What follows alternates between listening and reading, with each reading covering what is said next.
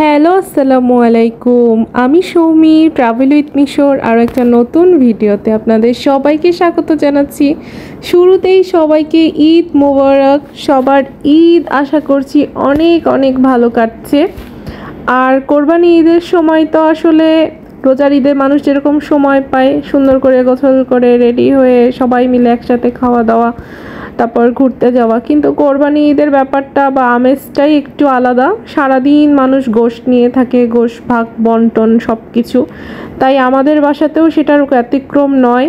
আমাদের আসলে আলহামদুলিল্লাহ আল্লাহর রহমতে আমাদের সকালবেলায় কোরবানিটা হয়ে গিয়েছিল। এই কারণে সকাল সকালই আসলে আমাদের বাসাতে সব কিছু গোশত চলে আসছিল। তো সব কিছুই মূলত আম্মু আর ভাইয়াই করেছে। আর আমি বাসাতেই ছিলাম, আম্মু আর ভাইয়ারাই গিয়েছিল এতিমখানাতে। তো আমাদের কোরবানিটা এতিমখানাতেই দেওয়া হয়েছে। যাই হোক, তারপরে সব গোশত আসার পরে আম্মু সেগুলোকে ভাগ বন্টন করেছে। তো আমার আম্মুই মূলত সব কিছু করেছে একা হাতে। অনেকের বাসায় তো অনেক লোকজন থাকে, কিন্তু আমার আম্মু সব একা হাতে করেছে। যত যা আত্মীয় স্বজন, গরিব মানুষ, যত যা আমাদের লিস্টে ছিল সব কিছু এক এক করে আম্মু সব ব্যবস্থা করেছে। আর আমার ভাইয়া যেহেতু ঢাকায় থাকে, তো ঢাকাতেও কিছু মানুষকে দিতে হবে, সেটার জন্য আলাদা আলাদা করে প্যাকেট করে তারপরে আম্মু ডিপে রেখে দিয়েছে, যাতে করে ভাইয়া চলে যাওয়ার সময় দিয়ে দিতে পারে। আর আমি ভাইয়াকে একটু সকালবেলা নাস্তা বানিয়ে দিলাম। আর আমি মূলত সকালবেলা একদমই নাস্তা করি নাই, কারণ এত কাজের মধ্যে আসলে নাস্তা করতেই ভুলে গিয়েছিলাম। তো এগুলো সব করতে করতে আসলে অনেক সময় পার হয়ে গেছে। মূলত আম্মুর উপর থেকে অনেক অনেক কষ্ট গিয়েছে। একা হাতে সব কিছু করাটা বেশ কঠিন। তো একটা পর্যায়ে আসলে আম্মু আমাকে থাল ভর্তি করে গোশত দিয়েছিল, যেটা কিনা নিচে অনেক লোক এসেছিল তাদেরকে দেওয়ার জন্য। আর তারপরে আমাদের বাসাতে একের পর এটা সেটা অনেক মানুষ আছে যারা আসলে আসতেছিল, তাদেরকে দেওয়ার জন্যই আমাদের সব কিছু প্যাকেট করা লাগছিল। তো আম্মু খুব সুন্দর করে সব কিছু করেছে, কিন্তু আজকে আম্মুর অনেক অনেক কষ্ট গিয়েছে।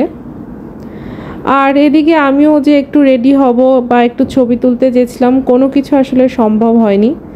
এরপর সব কিছু গোছানোর পর আমাদের বাসাতে একটা রীতি আছে, সেটা সেদ্ধ গোশ এভাবে ঝোল করে খাওয়া। আমরা কুরবানি ঈদের দিন সাধারণত গোশ রান্না করি না, এভাবে সেদ্ধ গোশ মানে রান্না করা হয়। আমার আম্মু যেহেতু ইন্ডিয়ান, তো গুজরাটি, তো সেই অনুযায়ী আম্মুরা তাদের বাসাতে কিন্তু এভাবেই সেদ্ধ গোশ খেত।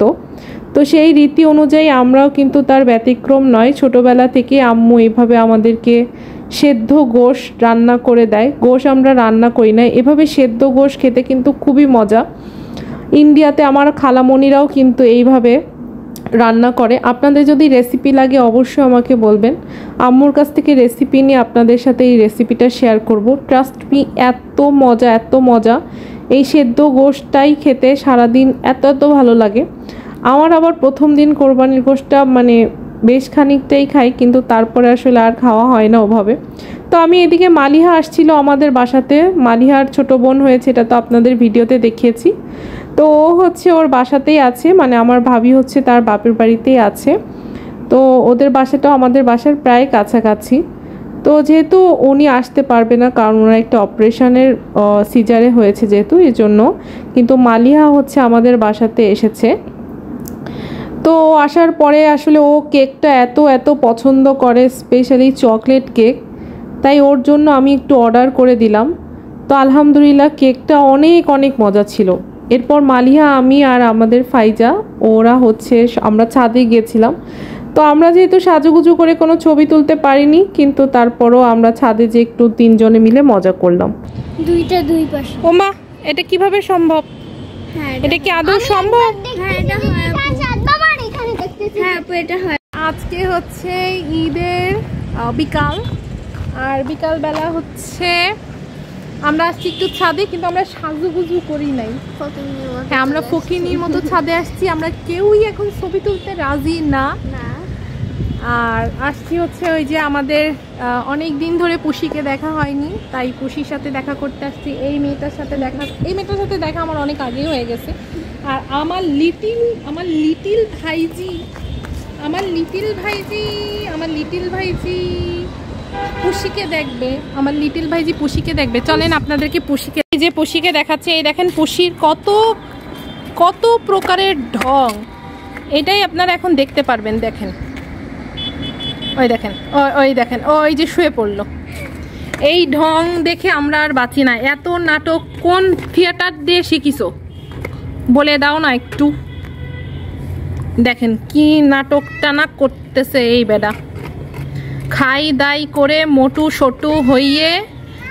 এই দুষ্টু, এই দেখেন কত খাই দাই মোটু সটু।